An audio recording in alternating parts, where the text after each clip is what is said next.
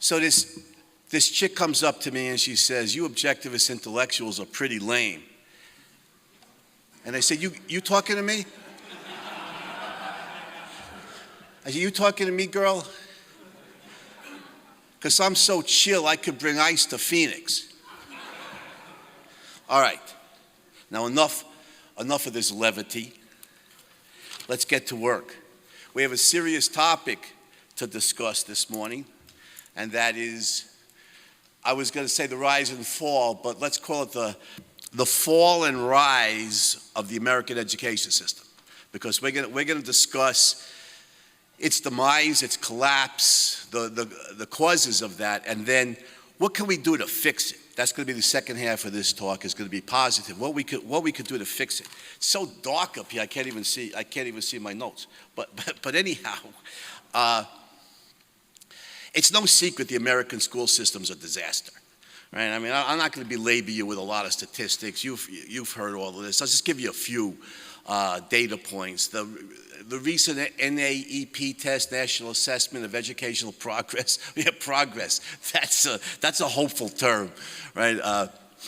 The fourth graders, what did they score? I think it was 241 on the math test, 241 out of 500. Now, I was never the best math student myself, and going to the government schools didn't help that. But 241 out of 500, even I could figure out, that's barely over 48%. That's an abysmally low fail, not even close to passing, nationwide. And this is typical.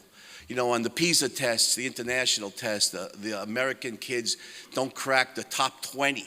And some of these countries are, you know, countries where you figure the American kids would have a better education, but they don't. American kids didn't crack the top 20 in math, science, or reading. So I could go on and on with the statistics, but you get the idea. One last data point. Project Baltimore. Let's see if I can read this.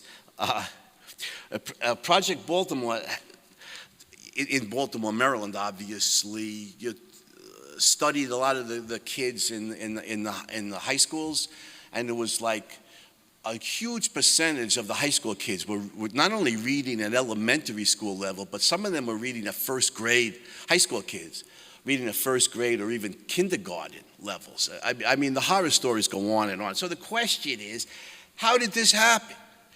How did we let it happen? Does anybody here remember A Nation at Risk? Some of the older members. Yeah, all right, I see Carl Barney remembers a few other people. 1983, this is 40 years ago. President Reagan's Secretary of Education, is a cabinet level position, commissioned a study on American school system, and their findings published in 1983 were titled A Nation at Risk. Now, I don't have the exact quote in front of me, but one of their conclusions was this, that, and I'm not making up this language, this comes from the report. If an unfriendly foreign power had imposed upon us such a shoddy educational performance as this, we would regard it as an act of war. An act of war. That is the strongest possible language. Again, I'm not making that up. That comes from the report. That comes from A Nation at Risk. An act of war. That is the strongest possible language from a cabinet level position 40 years ago. Has the school system gotten any better since? No. It's gotten worse. And it backs up E.D. Hirsch's claim in his 1996 book, I think, The Schools We Need and Why We Don't Have Them, that the school system's an impregnable fortress. It is an impregnable fortress. Professor Hirsch is right. It cannot be changed. It cannot be reformed. It cannot be improved. It cannot be bettered. But it can be circumvented. So how did it get to be this bad? Well, the godfather of modern American schooling is John Dewey. Now, John Dewey was a philosophy professor at Columbia University in New York City for many years. He was a supporter of so-called progressive education. Reminds me of something. The great Chinese philosopher Confucius said a long time ago that the beginning of wisdom is to see to it that things are called by their right names. Progressive education has nothing to do with progress, right? The right name here is regressive education, but it's known as progressive education. Dewey was a superstar. He was a world-class philosopher. He's very, very famous. He put his weight behind the theories known as progressive education. His leading disciple, William Hurt Kilpatrick, headed the education department at Teachers College, Columbia University, when Teachers College was training the bulk of American teachers from all over the country. And the essence of progressive education is this. It's the 1920s. IQ testing had just come in, the Stanford-Binet test. And so we'll IQ test the kids, and then we'll find the best and the brightest, and we'll track these kids. The best and the brightest kids will get the full academic program. They'll study literature, history, math, science, reading, writing. They'll get a very strong academic education. They're going to college. They're society's future leaders. These are the leaders who will subsequently govern in both the legislature and the classroom. The rest of us, the overwhelming preponderance of the population, not the best and the brightest. We don't need that much academic training. We don't need that much reading, writing, math, science, literature, history. A modicum of that, and then a good deal of practical training. We'll teach these kids hygiene, we'll teach wood shop, we'll teach home economics. We'll get a good deal of practical skills. The goal here was for the bulk of the population to be good at our jobs, get vocational training, we'll be good at our jobs, and we'll obey the wise rulers of the socialist state. That's the goal. Now, Dewey and Kilpatrick and their ilk in the 1920s, where did they pilgrimage to find the school system that they admired and wanted the United States to emulate? To the Soviet freaking Union. They pilgrimaged to the Soviet Union under Joseph Stalin to find the school system that they admired, the one that trained students not to seek their own personal fulfillment, but to serve the state. That's the kind of school system they wanted in the United States. Again, most of us don't need that much academic training, and they severely dumb down the academic program. And the real red flag, yeah, they're communists, is the war on phonics. Now, phonics is the method to teach reading, right? Look, learning for a healthy child to learn how to read, it's easy. It's no more difficult to learn how to read than it is to learn how to ride a bike, right? But and here's all you future parents. Here's what you do. You want your and reading is the foundation of cognition. If your child reads well, then the whole world of knowledge is open to him or her. So what I did with my daughter when she was little, and I'm not the best dad in the world, but I think this was really good. You know, she's 2, or your son or daughter. We'd go out to the park and we'd play and everything, and ride bikes and things like that. And part of the play was we would go to the book. There were still bookstores back then. Amazon hadn't quite put them all out of business. We'd go to Borders or Barnes and Noble or the library, and I always let my daughter Penny pick out the book. The important thing is the first thing your child needs to learn is that reading is fun. Books have all kinds of cool stuff in them. And so she'd pick out a book, usually, some goofy story about dogs that could fly or kittens who thought the full moon was a bowl of milk, things like that. And she'd sit down on the floor, she'd pat the floor next to her and say, "Sit down, Daddy, and read to me." And so I would. And the key point here is you teach the kid that books are fun. Then the child's motivated to want to learn how to read, doesn't want to depend on mom or dad or the teacher to read to him or her. And so by the time the child's 4 or 5, you don't have to wait till 6. Using phonics, you could teach the child to read, a motivated child to read in a matter of weeks. I mean, phonics is a great mental space saver. It's 26 letters in the alphabet, 40-something sounds. When the child masters that, they can decode almost every word in the language. Even English, an irregular language, 87% of the words in the language are phonetic, could be sounded out. Now, this is the method. It works. It's worked for centuries. Sometimes the old methods are good. Sometimes they're not. In this case, it is. Phonics works. The American educators, generally, with some exceptions, have warred against the use of phonics and the teaching of reading for 100 years. They prefer variations on what's known as the whole word method. The whole word method is a bizarre theory. They don't teach you to sound out the letters. They don't even let you in many cases. No, you got to look at the whole word and then figure out what the word is from the context, which means you have to memorize the shape of thousands and thousands and thousands and thousands, and did I say thousands of words in the language? It's impossible. The greatest literary geniuses in history, Shakespeare, Milton, Rand, nobody could do it. The method's an abysmal failure. This is the method still pushed to this day by leading American educators. The only conclusion we could come to is this. If you want children to read well, you use phonics to teach them how to read. If you don't want children to read well, you don't use phonics. 100 years of this, the game is over, the scores are on the board. We know the method that works and the method that doesn't work. This is done on purpose. Rudolf Flesch, Austrian immigrant, 1955, published a famous book, Why Johnny Can't Read. And Flesch did all these tests, he cited all these tests. Phonics works, the look-say method or whole word method does not work. It brought back phonics for a while, because the parents were outraged. 30 or 40 years later, they forgot, and the educators went right back to variations on the whole word method. And I can tell you, I have college students, I'm teaching philosophy courses in college, and I have college students, high school graduates obviously, who struggle just with the mechanics of reading. This is done on purpose. At this point, there's no question which method works and which doesn't.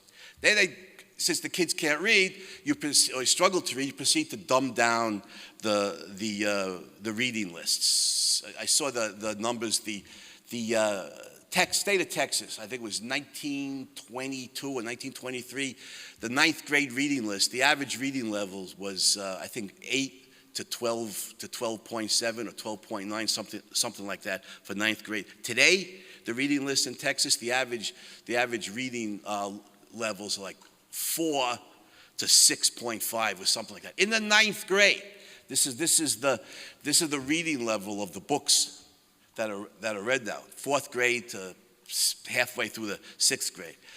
They've severely dumbed down the reading list. History, of course, was replaced. History was done away with 100 years ago, replaced with some weird hybrid called social studies, whatever that means. But anytime some modern intellectual uses the word social, I cringe, because I know that's code, right? That's code for modern leftist intellectuals. It means society is preeminent, the individual is subordinate, right? The social comes first. Social studies can include anything. It's vague, it's amorphous, it includes many different things that are taught, even once in a while a little bit of history. But the history taught in the American schools is abysmal. I'll give you an example. Right before the pandemic shut us down, we were in class, I'm teaching logic. This is high-level abstract material. So I try to bring in a lot of concretes to exemplify it. So I don't even remember the context anymore, but it was a situation from American history. And I figured, well, I want to use James Madison as an example. I know my good friend Dr. Daniels, his favorite founder, James Madison. I went to James Madison High School in Brooklyn, New York. So anyhow, I figured it was safe, James Madison. There's 20 kids in the class, makes the arithmetic simple. 20 kids in the class, 10 students out of 10, all of them Americans, all of them, born and reared and schooled, I won't say educated, schooled in America. 10 out of 20 American high school graduates, college students, never heard of James Madison. They never heard of him. It's not funny. I taught business ethics at American University in Bulgaria in 2016. I can guarantee you the Bulgarian kids knew who James Madison was. The American kids, 10 of them never heard of him. The other 10 knew that he'd been president of the United States. Not a single one of them knew he was the lead author of the U.S. Constitution and virtually the sole author of the Bill of Rights. It's mind-boggling. And if they do teach American history in this, and by the way, some school districts are better than others, and there's still a lot of good classroom teachers, although a lot of them get burned out, unfortunately, fighting the stifling bureaucracy and leave the profession. But at times they do teach American history. They'll use Howard Zinn's book, it was A People's History of the United States, or some equivalent, a book that's just a leftist slur against capitalism and against the United States. Science today is very often reduced to global warming propaganda. And that's the last point I want to make about the school system as it is, because I want to focus on how we can improve education.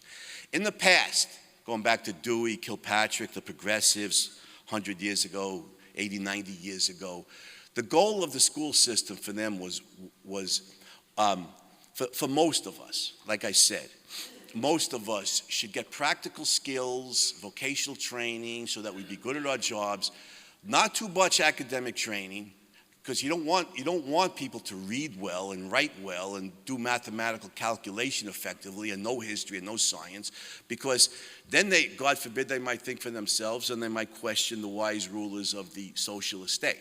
So the goal originally, like I said, was to train the kids to grow up to be good at their jobs and obey the wise rulers of the state.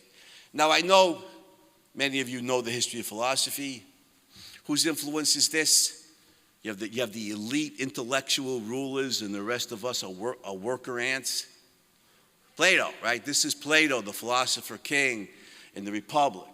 This is Plato filtered through Marx's scientific socialism. You know, that the social scientists could socially engineer society. You have the social psychologists develop IQ tests. You can IQ test the kids. You could track them in the school system. These kids get the academic program. These kids are better off being farmers or bricklayers or not that there's anything wrong with those professions, but they don't get much academic training. You don't want, God forbid, you don't want them thinking, and questioning the state. So that's back in the past. Today, I mean, that's benign relative to the goals of the school system today. Today, the goal is not to replace academic training for most students with vocational training or practical skills. No. Today, the goal is to replace academic education with leftist indoctrination, of the most virulent kind. So with the kids have drummed into their heads today things like capitalism is evil, socialism or even communism is morally superior.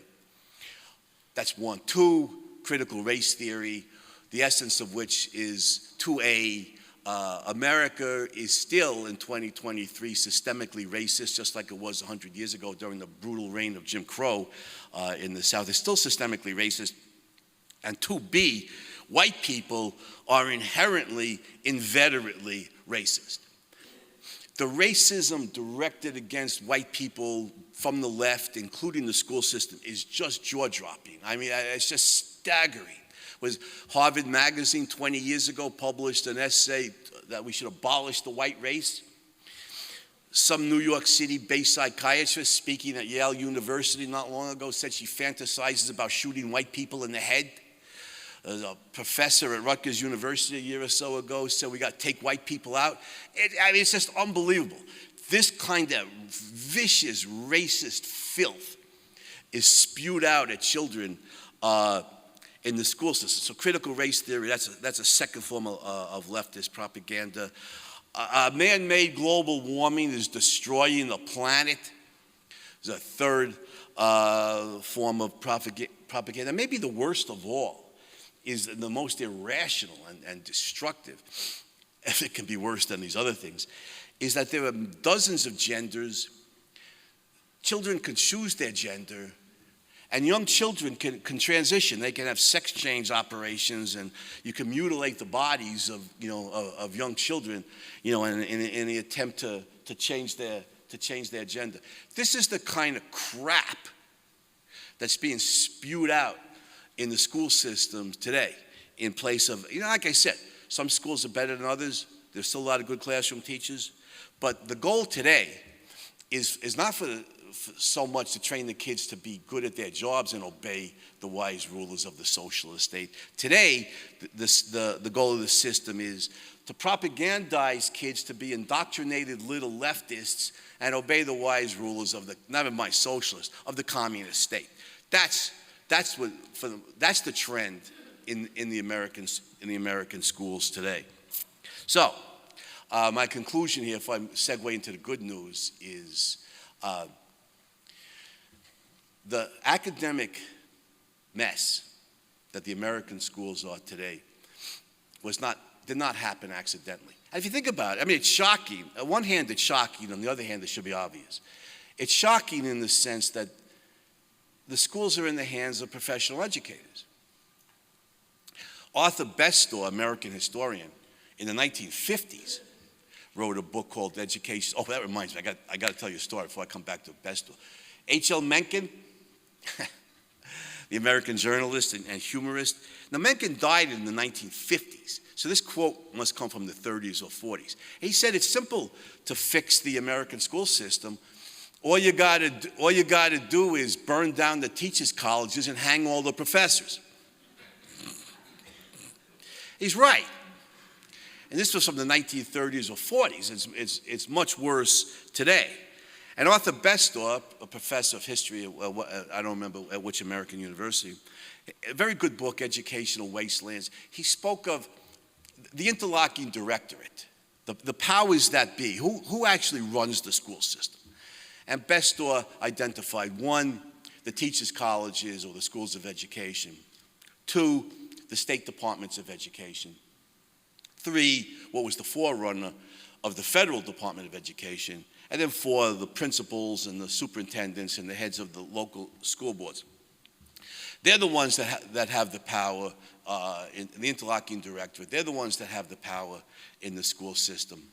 And they are leftists, generally leftists to the core, and this is their goal, that what we've been talking about. By the way, so people will hear me speak, excuse me, and they'll say, so you think there's this vast conspiracy of educators to cripple the minds of kids? It's funny how people's minds go to conspiracies right away. Now, there are conspiracies, and they could be deadly, right? Muhammad Atta and his guys hijacked planes and killed thousands of people on 9/11. What was his name? Tim McVeigh and Terry Nichols conspired to blow up the federal building in Oklahoma City. Was that 1995? Killed hundreds of innocent human beings. There are conspiracies, and they could be devastating. But when we're talking about pervasive destruction on a nationwide scale, there's something much more powerful at work than any conspiracies, or much more insidious, and that is philosophy. There is a shared philosophy. If there was a conspiracy, conspiracies involve like covert operations, they're surreptitious. Where would they hold their clandestine meetings? In the Grand Canyon? There's thousands of these educators. A shared philosophy comes from Plato. This elitist, the conceit has always been, there's a few wise, educated, morally upright people like Socrates. They should govern. They know how to govern my life better than I do. They know how to govern your life better than you do. And this idea, of an elitist, top-down social system has been around since Plato. It's a shared philosophy. Plato filtered through scientific socialism, Marxist scientific socialism, and today the postmodernism of Foucault, Michel Foucault, and Jacques Derrida. Now, the postmodernists are Marxists on steroids. This is where woke ideology comes from. They dominate the university humanities departments. Because Marx, of course, argued that society is divided into warring groups, the oppressor and the oppressed, which he defined narrowly in economic terms. The owning class persecutes the working class. Well, the postmodernists, Foucault, Derrida, and others, said, no, the oppression is much broader than that. It's not just the rich oppressing the poor. White people oppress non-whites, males oppress females, straights oppress gays, and so on and so forth. Society is the seething cauldron of culture war. This is where woke ideology comes from, and by wokeness I mean the beliefs I mentioned before, that America is still systemically racist and that white people are inveterately racist, that we need to be less white, which is an idiotic proposition on its own terms, because if being a white person makes me inveterately racist, how am I going to be less white? Never mind, that's just a logical difficulty. But that's where woke ideology comes from, and the school systems are permeated with it today. So, on the one hand, it's shocking that the interlocking directorate destroyed the American school system the way it did. After all, these guys are educators. They love the children. They want the children to read and write and do well in school, right? They're the good guys. It's shocking how evil they are. On the other hand, and it is shocking, it's these guys like Ellsworth Toohey. It's mind-boggling for a good person to get your head around it that they did this on purpose. But they did do it on purpose. And in some way it's obvious. You could not mess up a school system this badly by accident. And the proof is the continued war against phonics even today. When test after test after test shows that phonics works and whole word doesn't. I want to reiterate, again, if you want kids to read well, you use phonics to teach reading. But if you don't want kids to read well, you reject phonics. All right, so, what are we going to do about it? Let's get to the good stuff. The school system, E.D. Hirsch is right, the school system's an impregnable fortress. I feel for these parents in Virginia and other places around the country. They're railing at the school boards, and properly so. The schools are terrible. The pandemic permitted the parents a little more insight into what's being, quote, taught to their kids. So the parents are outraged, understandably so. But they're wasting their time trying to change the schools. It's hopeless. They will not be reformed. Maybe you can get a minor reform here or there for a few years until the powers that be, the interlocking directorate, goes right back to the evil stuff that they do. They're hardcore leftists. They're not going to be changed. They'll die. They will literally die sooner than give up their vision of this platonic, elitist, top-down social system. School system can't be reformed. It's hopeless. But it can be circumvented. What's the key to revolutionizing education in this country? Parent power. Parents have the power here. They need to pull the kids out of the school system. They got to starve the monster. You pull the kids out of the school system, there are many ways to educate them outside of the school system, including homeschooling. But and a lot of parents will say to me, Dr. Bernstein, I'm not a teacher. I don't know how to teach my children. One of the first part of the answer I give to them is how good a teacher do you have to be to do a better job than the school system is currently doing? You don't have to be very good. Got college kids who can't read. It's very easy to teach your child to read. I already mentioned how to do it. From age 1 or 2, let the child pick out books. That's key. The child has to see that reading is fun, that there's cool stuff in books. Read to them all the stuff that they like, so they're motivated. And then by the age of 4 or 5, using phonics, you can teach them to read in a matter of weeks. And the whole world of cognition is open to them, especially today, when on the internet you have all these classics available for free, or if you want hard copies from Amazon for like 10 or 12 bucks, and 2 days away if you order them from Amazon. It's very simple for any parent to teach the child how to read. I teach college. So a lot of my colleagues, they think they're big shots. We teach higher education. And higher education at its best is very good. Nevertheless, the most important aspect of education is elementary school. Preschool, first grade, this is the most important aspect of education. That's where you lay the foundation. That's where you teach the child to read, to teach the child to write, teach the child basic arithmetical calculation, thinking skills. And you could show the children that reading is fun. Elementary school is fundamental. So what parents can do, even before, if they know they want to have children, even before, it's hard with the kids who are already in the school system, but we're looking to the future. For people who know they want to have children, what they could do is, there's all these beginners books, arithmetic for dummies, kind of thing. The For Dummies series is pretty good, and I think it was one of the first. Today, there's dozens of them, all these beginners books that you can order from Amazon. And you could spend one summer, let's say, reading arithmetic for beginners, phonics for Hooked on Phonics is very good for this, games and things for kids to learn how to read phonetically. History, American history for first graders, American history for dummies, kind of thing. And an adult doesn't need to know that much in order to be able to teach first grade. To teach 4 and 5 and 6-year-olds how to read, how to do basic arithmetic, the essence of American history, the essence of world history. You don't need to be that knowledgeable in order to do a good job with very young children, which is where the foundations are laid. I want to stress that's the key to education, is preschool and the early grades.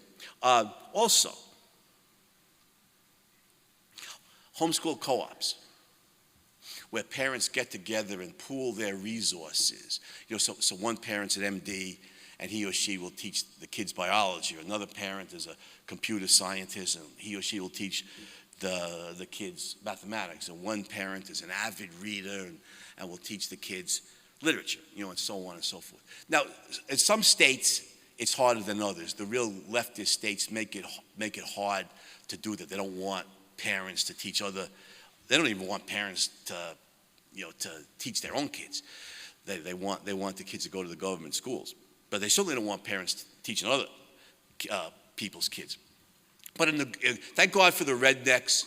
In the redneck states, this is legal. You can form homeschool co-ops, which is more difficult to do in the leftist states. But also, I think the most exciting development in American education today is what they call micro schools.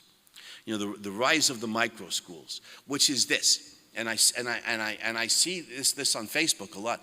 You have some of the best teachers, going way back to the 1970s. This was Marva Collins, one of the, who dropped out of the government school system and formed West Side Prep in Chicago, and she was a superb educator. You don't have to be Marva Collins to be a good teacher.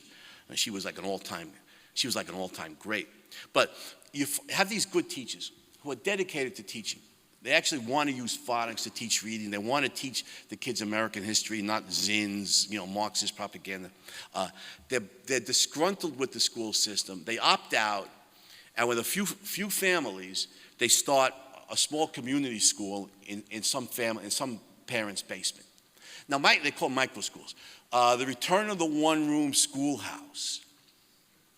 This is becoming so prevalent that even Forbes magazine, it was a business magazine a year or so ago ran an article on this. Microschoolrevolution.com, if you're interested, and this is a good resource. Microschoolrevolution.com. The return of the one-room schoolhouse, where you have a school teacher, I like to say school marm. Once in a while, it's a man, generally a woman, who and you have 3 or 4 families, 6, 8, 10 children, sometimes of different ages, but with a teacher who's dedicated to teaching the academic subject so that the children learn how to think, reading, writing, and arithmetic, the classic 3 R's. They learn those basic thinking skills, and they get the content in literature, history, science, mathematics, and so forth. So the micro schools are extremely exciting developments. Good to see that some of the best teachers are as disgruntled as the parents are and are opting out of the system. Tutors. I'm a tutor for various families. The technology today makes tutoring very, very viable. So here's what tutoring, hiring tutors for your kids, it doesn't have to be that expensive. I'll tell you why in just a minute. Hiring tutors for the kids is much better than the government schools. One of the many problems with the government school system is that the teachers have to get degrees in education, not in the subject they're going to teach. So the future math teachers won't take as many math courses as your garden variety math majors will, because they're taking so many education courses. And the future English teachers won't take as many literature courses as your garden variety English majors will, because they're taking education courses. Education courses, in a word, suck. They're terrible. It's not hard to learn how to teach. I'm considered a very good teacher. And if I were, and I've done some teacher training, if I was assigned to, if the future teachers know their subject, no math and no history, no literature, whatever it is, I could teach them to be a very effective teacher in a few weeks, in one semester. It'll take 4 years of education courses to learn how, I would teach them, define your terms, give examples, induce the principles from the concretes, tell stories, move around the room, be dynamic, yell if you have to, modulate the tone of your voice, write the key points on the board. It's not hard to learn how to be a good teacher. But most teachers don't know their subject because they're taking all these education courses. They know very little. Now, with tutors, let's say you're a family in Michigan and you go online on LinkedIn, or there's varsitytutors.com. There's various websites. Varsitytutors.com is a good resource for tutors. You go online, you find some graduate student, let's say the University of Oregon. You're in Michigan, he or she's in Oregon. But somebody's getting a master's degree or a PhD. Let's say you want someone to teach your kids biology. And this grad student's got a master's or PhD in biology, which means most likely he or she's got a bachelor's degree in biology, not in education, but in biology. So already knows much more biology than the high school biology teachers do. Second of all, he's going through grad school, so he's taking all these courses in biology, knows vastly more biology than the high school teachers do. Furthermore, he or she is a graduate student, which means he's starving. I can remember a graduate student running from one school to another, teaching philosophy, trying to make a living. You could get him dirt cheap. He'll be so great. Oh, $40. Yeah, I'll take $40 for an hour, to teach biology. And it works for everybody. The family gets somebody who's much more of an expert in the field than the high school teachers are to teach their kids inexpensively. And the grad student makes a little bit of money in his field, starts a resume because this is a form of teaching, and if he does a good job, get a strong reference from the parents. This is a win-win. And tutoring, especially given the technology today, where you can be anywhere in the world and tutor via Zoom.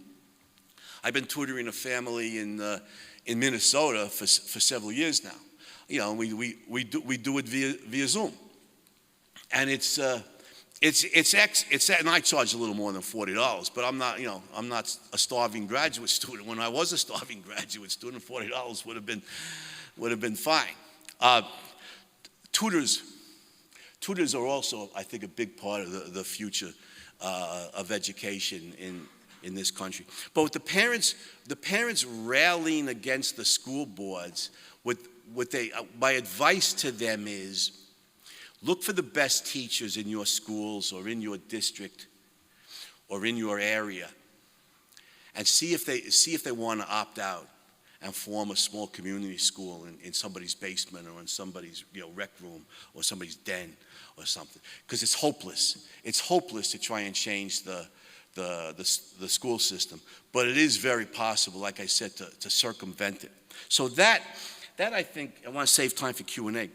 This is, if there's a future for education in this country, this is the essence of it. The key to it is parent power. Parents have to pull their kids out of the schools. It's not hard to teach the children how to read. It's not hard for adults to get prepared to teach the most important areas in education, preschool and first and second grade. Homeschool co-ops in the states that allow them. Micro schools, definitely. The return of the one-room schoolhouse, tutors, and you have to be prepared to fight politically. The leftists won't like it, obviously. They don't like homeschooling to start with. More and more and more, we're seeing more people pulling their kids out of the government schools since the pandemic revealed what goes on to many of the parents in the government schools. The leftists are going to try to repeal, especially in the states they control, they're going to try to repeal the laws that protect homeschooling. The more that happens. So you need to be prepared to fight legally and politically for the right to homeschool. But this is the education of the children that's at stake. And one last point. The key point here, of course, is the education of your child. That your child, has strong reading skills, writing skills, math skills, knows history, science, literature, and so forth, and is grows up to be an educated adult who can govern his or her own life. That's the key point. But a felicitous secondary consequence is the politics. Children who grow up, who don't know how to read well, write well, do basic mathematical calculation, don't have those kind of thinking skills, they're ripe for exactly what the leftists want, to simply obey the quote, wise rulers of the communist state. That's the path into communism, and the leftist educators have known that for 100 years. The path to protect capitalism and individual rights is for the children to be educated, to be able, the term think for yourself is a redundancy, right? There's no other way to do it. If you're thinking, you're necessarily thinking with your own mind. But I like the term think for yourself because it emphasizes the point of independence. The children who have basic thinking skills can and will govern their own lives. They don't want to obey the rules of a totalitarian state. They're going to question. They're going to criticize. They're going to foment disagreement. They're going to argue against man-made global warming is destroying the planet. They're going to argue against the idea all white people are inherently racist. They're not going to accept that crap. They're going to think. They're going to question. They're going to govern their own lives, and they're not going to obey the wise rulers of the communist state. So there's this felicitous secondary consequence of really educating your children. So let me draw a line here because we have like a little less than 30 minutes. This is the path forward for education in this country. It can be done. In some cases, it is being done. And it's a very, very positive sign for the future. So thank you very much, and we can move to Q&A.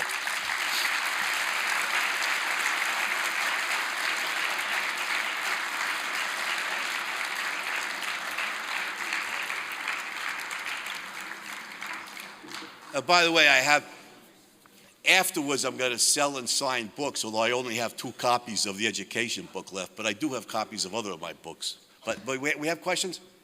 I can't see anything, but... I'm here. Hi. I'm a formerly tenured college professor. One of the points you lift out was the importance, I think, of being self-paced in education. I look at YouTube as an alternative to a lot of government schooling.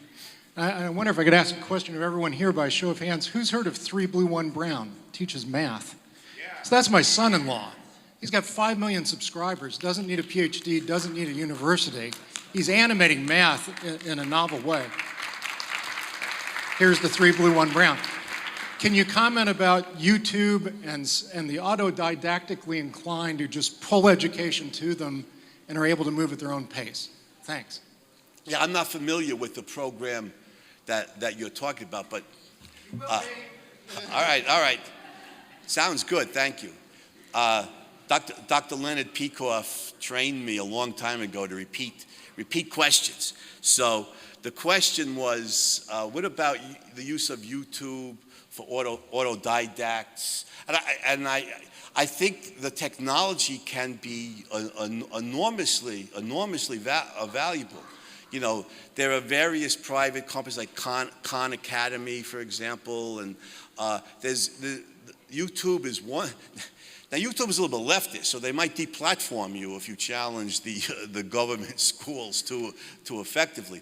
But there are other platforms where you could use the technology. And autodidacts, the question of reference, autodidacts, those are people who basically teach themselves and go at their own pace. Thomas Edison was a good example. The Wright brothers, were good examples of that. Yeah, I think YouTube and other social media platforms like that are outstanding for putting up real effective academic content for people who want to self-educate, to use that as a tool. Yeah, there's a lot of possibilities today. So, all right, this lady, and then we'll go over here.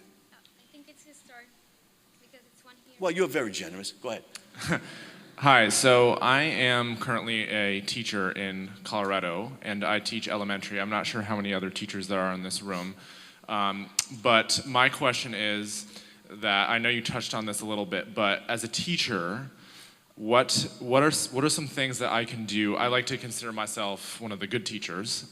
What can I do to implement a lot of what you're talking about when I have, administration and standards that I have to meet every single year, and lesson plans that I have to do, and administration breathing down teachers' necks when it comes to standardized testing.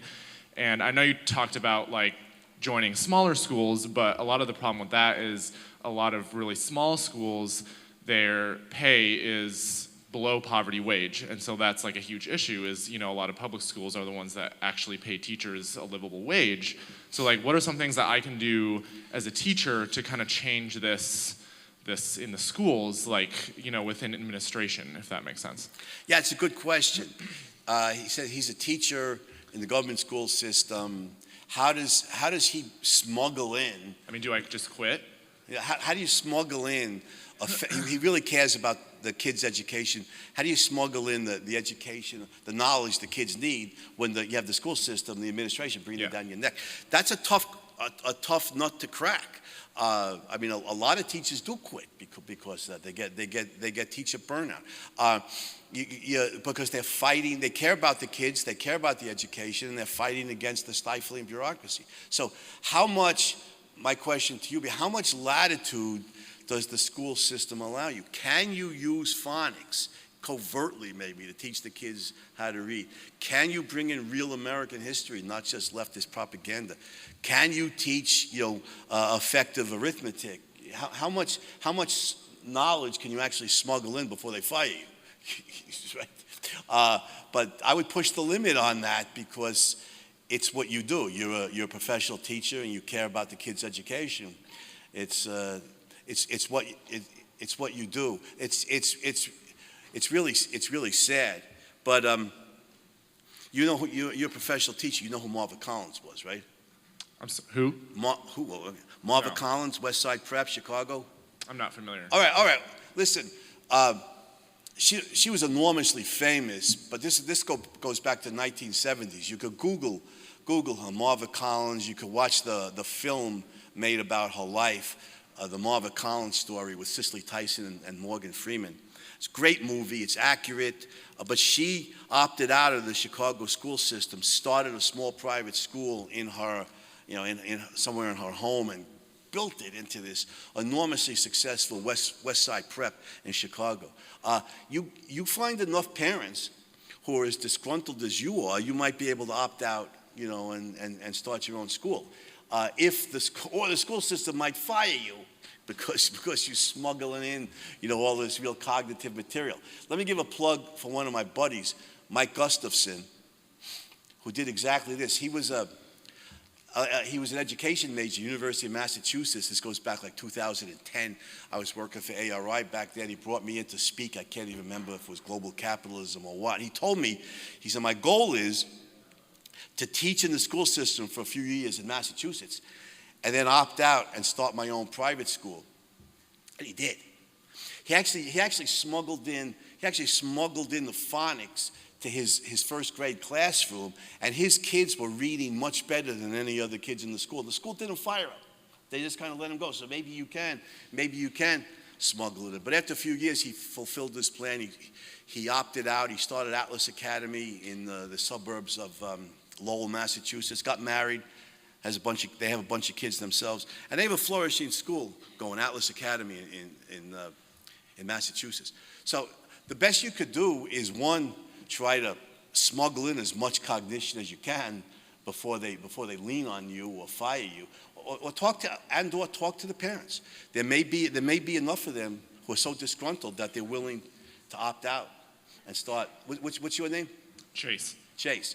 Start Chase Academy with six kids, and then build, teach the kids really effectively, and the other parents see, well, those parents' kids are doing much better than my kids, and you may start to get more and more students like Mike and Iara Gustafson in their school in Massachusetts. But in the meantime, smuggle in as much as you can before they fire you. All right. Thank you. Yeah, you're welcome. All right. Hi. So, Hi. the editor of the Objective Standard, John Hersey, recently published an article about how schools often undermine students' self-esteem by teaching and emphasizing on how the world is going through an environmental and social justice crisis. So my question is, do you think mental health should be included in the education system? If so, how? Okay. So the question is about mental health in the school system.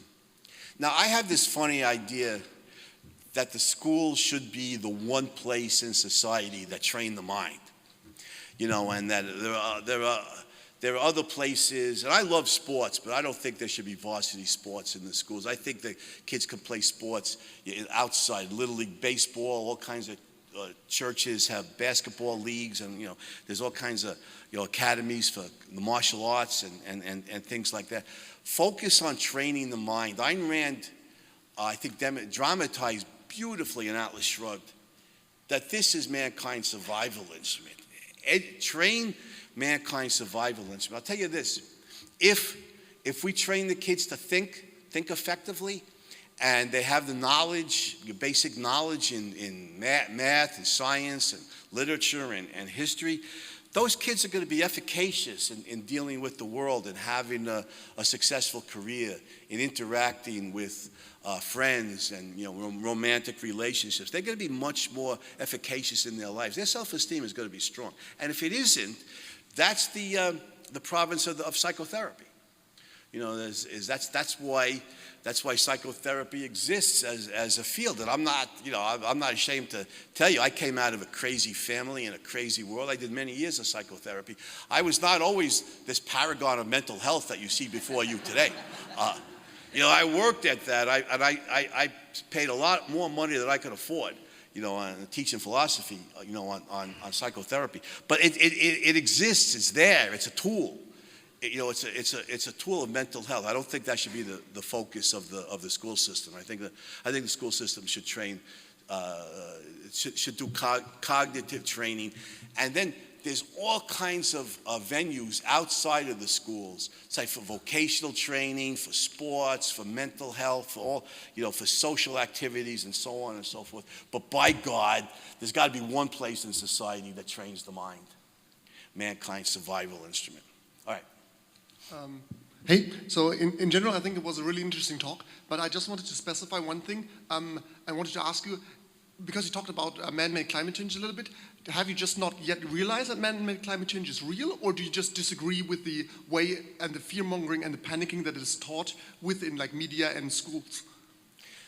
Well, that's a timely question. He asked me if I don't realize that man-made climate change is real, or I just disagree with the hysteria. It's timely because I just published a booklet, a few weeks ago, The Truth About Climate Change, where I gave an enormous amount of evidence to show that climate change is natural, not man-made, and that warming is beneficial to life on Earth as the colder periods of Earth's natural climate cycle that are pernicious. So yeah, I reject the idea of man-made global warming, root and branch, top to bottom, start to finish. There's a technical term for the AGW hypothesis in philosophy. It's called bullshit. I have copies of the booklet for sale. It's $8 afterwards. If you're interested, you could. No, thank you. I'm just kind of disappointed. Okay. Well, I'm disappointed that there's anybody here who thinks man-made global warming is a reality. Because I think the evidence to the contrary is overwhelming. But let me say this, because I don't want to sound derisive. Rational human beings could disagree honestly on all kinds of topics, and we could disagree honestly on climate change. We could disagree about climate change, and we could talk about it. Because I always tell my daughter, who went through the school system recently, she's only 20, I said, these questions are decided by evidence, not because dad says so, or the teachers say so, or the professors say so, or MSNBC says so, by the evidence. We could discuss it rationally and give the evidence back and forth. Yeah. I was wondering, do you honestly think that opting out is a valid long-term strategy? Because to me it seems like you're running away from a war. So pardon my intensity, but to me it just doesn't feel like a valid strategy. Okay, that's the question? Yeah, what do you think about that? Do you think just opting out and leaving it just goes away on its own? Yeah. Yeah. All right, so the question is, he thinks Don't that... you think more can be done? Other things than just opting out? Getting at the heart of it, targeting the beast, the demon. That is public education, not just the US, but almost everywhere in the world, sorry. Yeah, I got it. So the question is an opting out from the school system running away from the problem? Can't more be done? All right, we're going Galt here. If you've read Atlas Shrugged, right? We're going Galt. We're leaving this corrupt system to collapse. Now, the other thing that can be done, and my good friend Dr. Bradley Thompson from the Clemson Institute to Study Capitalism calls himself an abolitionist on this. He wants to abolish the government school system. And I think that's the ultimate goal, is to abolish the government school system for the same reason that we abolished slavery. It's evil. It's not. Is that a viable option today yet? No. But what we can do is starve the monster of victims. You pull the kids out of the school system and educate them at home. Like I said, one benefit is the kids get a much better education. Two, they're much better prepared to be the citizens of a free society rather than a totalitarian state. Three, you starve the monster. It gets money based on how many victims attend its schools. So I think even though it's not viable yet today to abolish the school system, we can starve the monster by pulling the kids out of the school system. And when you have more and more families doing that, then I think it becomes much more viable. The abolitionist agenda becomes much more viable. But that's ultimately the goal, is abolish the government school system, and all education in this country and around the world should be private. That, I think, is the ultimate goal. And we'll work. And homeschooling and tutors and micro schools and all the things I've been discussing are steps in that direction. Yes? With the prevalence of AI technology in our society today and the fact that it's growing quite rapidly, do you think it's going to help or hurt the current school system? And do you think it can help or hurt the homeschooling that you're promoting? The technology? AI technology, artificial intelligence. Oh, AI technology. I'm the wrong guy to ask about AI. I just haven't followed that controversy. I don't know that much. About it. I think the honest answer to your question is, the question is, will AI artificial intelligence technology, will it help this homeschooling movement, and the attempt to privatize education in this country and abolish the government school system, or will it harm it? Just as a guess, I'm just guessing here, it'll probably be beneficial, because I think the school system, the government school system is so archaic, they'll probably be the last institution in the country to adopt it. I think more and more, private schools or private tutors or private individuals will adopt it first and be early adopters and reap the benefits from it. So my guess is it'll be beneficial, but I don't know the field well enough to give you any definitive answer. Yeah. Hi there. Hi. Thank you very much for the lecture. I really enjoy it. So I run a foundation that we actually do schools in ghettos in Chile, and I'm struck that a lot of the things that you mentioned are like the same kind of challenge that we're facing back in my country. And one thing that I struggle with is trying to keep all professors aligned on what do we understand as education, and I believe it's going into the philosophical field. I'd like to hear you elaborate a little bit more in how do you understand education? What is the extent of it? This is only until they teach them to read, or where does it goes? Like, because in the other side, I see that they understand education very well. They know what is the objectives. They know what the goals of it and how to. So yeah, if you could elaborate a little bit. Yeah. What's the nature, purpose, goals of education? We stipulated here what the left thinks it is. It's about today it's about training kids to be indoctrinated little communists and obey the rulers of the state. I think the proper goal of education, in accordance with Ayn Rand's principles, that the mind is mankind's means of survival. And if you haven't read Atlas Shrugged, I strongly advise you to do so, because Ayn Rand dramatizes that thesis brilliantly in the novel. She doesn't just talk about it. But the mind needs to be trained. I mean, it's like, and I think she uses this analogy in the novel. Mother birds, for birds, the means of survival is flight, right? And you're swooping down on their prey. And so mother birds will train their fledglings to fly. For cats, big cats or little cats, the means of survival is hunting, the use of their claws and their fangs. And the mother cat will teach her kittens or her cubs to hunt, and so on and so forth. Well, for human beings, the means of survival is the mind. The mind needs to be trained. It needs a great deal of education. And so reading is the basic skill, the basic thinking skill, reading, writing, the classic 3 R's, reading, writing, arithmetic. I think if you do a really good job on the full academic program, your reading, writing, arithmetic, your math, science, literature, history, the kids. Reminds me, Robert Maynard Hutchins, along with Mortimer J. Adler, they were famous for the Great Books program.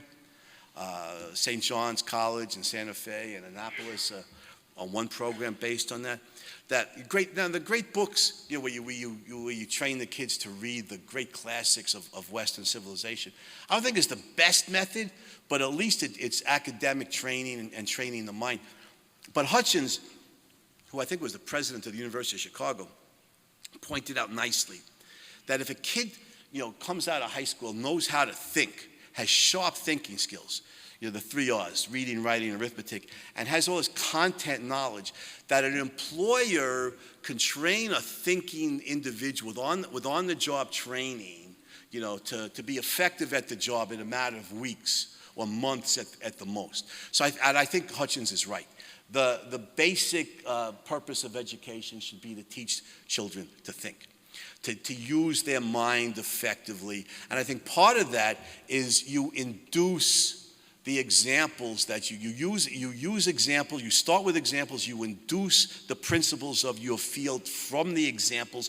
That's the way the human mind works effectively. That's reasoning. Induce examples, induce the principles from examples. When you get to high school, you could teach logic. You could actually teach, the kids have been seeing it all along. They've been seeing their teachers actually extract explanatory principles from stories and from interesting stories and from examples. Then they can learn the logic explicitly. And remember, what's the purpose of logic? The purpose of logic is to teach us how to provide evidence in support of a conclusion. Right? What counts as evidence? What doesn't count as evidence? How much evidence is provided? That's why my booklet on climate change, I have a ton of evidence to show that man has nothing to do with this. The sun is the key player here. But How to provide evidence in support of a conclusion. You teach the kids how to think. That's the purpose of education. Then you open up the whole world to them, including, like Professor Hutchins said, employers using on-the-job training to teach thinking individuals how to do this specific job effectively. So that's the purpose of education. Teach the children to think and give them basic substantive knowledge in these academic fields. Yeah. Hi, so I really liked your comments earlier about learning to read. I mean, I remember as a kid, I loved books, and I wanted to know how to read them myself, and phonics and sounding it out was very obviously the best way to do it, and I'm grateful I learned that way. Kind of extrapolating here, but I assume phonics works because it's, you know, it's a teach a man to fish principle. You give the kids the basic blocks and how to string them together instead of throwing words that they have to memorize at them. Is there an equivalent in other subjects of sort of teaching a kid to fish as opposed to handing the info to them that maybe we aren't currently doing but would be more effective teaching other subjects beyond reading? But that's an interesting question. You know, in reading, you use phonics, you teach the kids how to read. The question is, are there ways to do that in other subjects, in other fields? I think once you now a fully honest answer to that question is I don't know. I think it's possible. There may have already been people who do it, but I think once we realize that the purpose of education is to train the mind to think, we'll get all kinds of educational innovators, I think, who will very possibly come up with those kind of skills that you're talking about. You know, how to teach yourself in arithmetic, or how to teach yourself in higher mathematics, or things like that. I think I don't know it myself, but I think it's very possible. And yeah, so I like the basic idea. Yes. Hey, I'm from Brazil, and besides Brazil hasn't reached the levels of spread ideologies as in the US, is on the way. And also, for many children in Brazil, the school is a place where they can find food and shelter. And besides that, the government is leaning on the prohibition of homeschooling. And with this scenario, my question is, how you think we should fight against the power that the system has in our children, since it has also the paper of basic needs provider, which is a dangerous paper? What country? Brazil. So repeat that, because I didn't follow what you said. Yes, my question basically is how we can fight against the paper, the power of the government the system has in our children, since it has also the paper of a basic needs provider. Okay. See if I understand the question. This lady's from Brazil.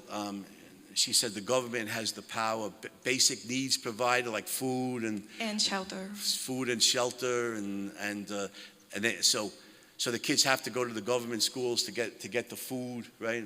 Yeah. And the government's against homeschooling. Yes, it's leaning on the prohibition. Yeah. Well, the question is, if you're in a dictatorship or a semi-dictatorship, how do you fight for homeschooling? Well, that's a tough nut to crack. I mean, one thing you could do, or that parents can do, is what they call after schooling, and that is, if the kids have to go to the government schools right now, then they go. But when they get home, mom and dad have a great deal of authority here. They could teach the kids before the kids go to school. They could teach the kids after the kids get home from school. They could teach the kids during summer vacation, and so on and so forth. They could still homeschool, but they could do it covertly. They could do it secretly. I don't know how viable it is to stand up in Brazil and fight for homeschooling. Will you be arrested if you do?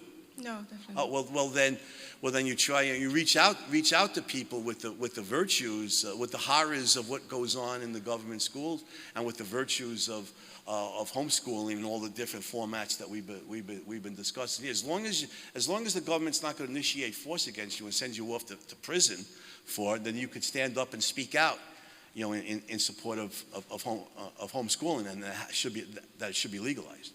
Okay. Yeah. Oh, wait, one more question. Yeah. Thank you. I also have read your article on heroes and villains in American education.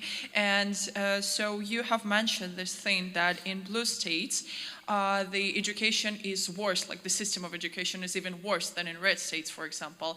However, if we take a look at world famous schools and universities, they are all located either way on the East Coast or in the West Coast. So those states are also richer than, for example, the red states in the middle of the states. So my question is, why do schools in blue states have these brands and this world famous and are this great, so people want to go there instead of going to the schools in the states which have more economic freedom and which are more right, all in all? That's a good question. The question is, why do the schools in the leftist states on both coasts have the reputation? The Ivy League schools, for example, have the. Now you're talking about college. Or you're talking about private high schools, or what? Yeah. I talk about college and higher education. Okay. Well, so first of all, the first thing I would say is to check your premises. There's a lot of good schools that aren't in the on the East Coast or the West Coast. Georgia Tech comes to mind right away is a very good school. Duke's in North Carolina, the Harvard of the South, so that's on the East Coast, but it's not the Northeast where the Ivy Leagues. University of Chicago is one of the best schools in the country, or at least at least it used to be. But Illinois is also a blue state. Yeah, okay, but it's not coastal. Yeah, Illinois is a blue state without a doubt. But anyway, I would dispute the claim that, especially today, if you go to Harvard, it has a great reputation. But are you going to get a good education at Harvard? I think in the humanities, the answer is no. Maybe in Harvard Business School, perhaps, Harvard Medical School, perhaps in the sciences, perhaps. But in the humanities, I don't think these ballyhoo schools, these Ivy League schools, on the East Coast or on the top schools on the West Coast, I don't think you can get a good education in the humanities at those schools. I think you're going to be indoctrinated. But anyhow, the Ivy League schools have been around for a long time. That's part of that. That story. On the West Coast, there's a huge population basis for Stanford and UCLA and University of California, Berkeley. You don't have that population base in a lot of the states, the so-called flyover states. But I dispute the claim that at least in the humanities, you're going to get a better education if you go to University of California, Berkeley, or Princeton University than you will. I think you might do better at Boonville Community College, than you will at one of these famous schools because the professors are less inclined to be dominated by woke ideology. But anyway, it doesn't matter. I don't think if you go to Princeton has a big name and everything. It doesn't matter where you go to school. What matters, or if you go to school at all, what matters is the knowledge that you have, not where you go to school. It's what you know that matters, not who you know. And you could do that by being an autodidact. And I think people should opt out of the school system altogether, and study as autodidacts, and not only starve the government school system, but starve Princeton University and Harvard and Berkeley and so on. Because I think, at least in the humanities, they're abysmal. So, all right.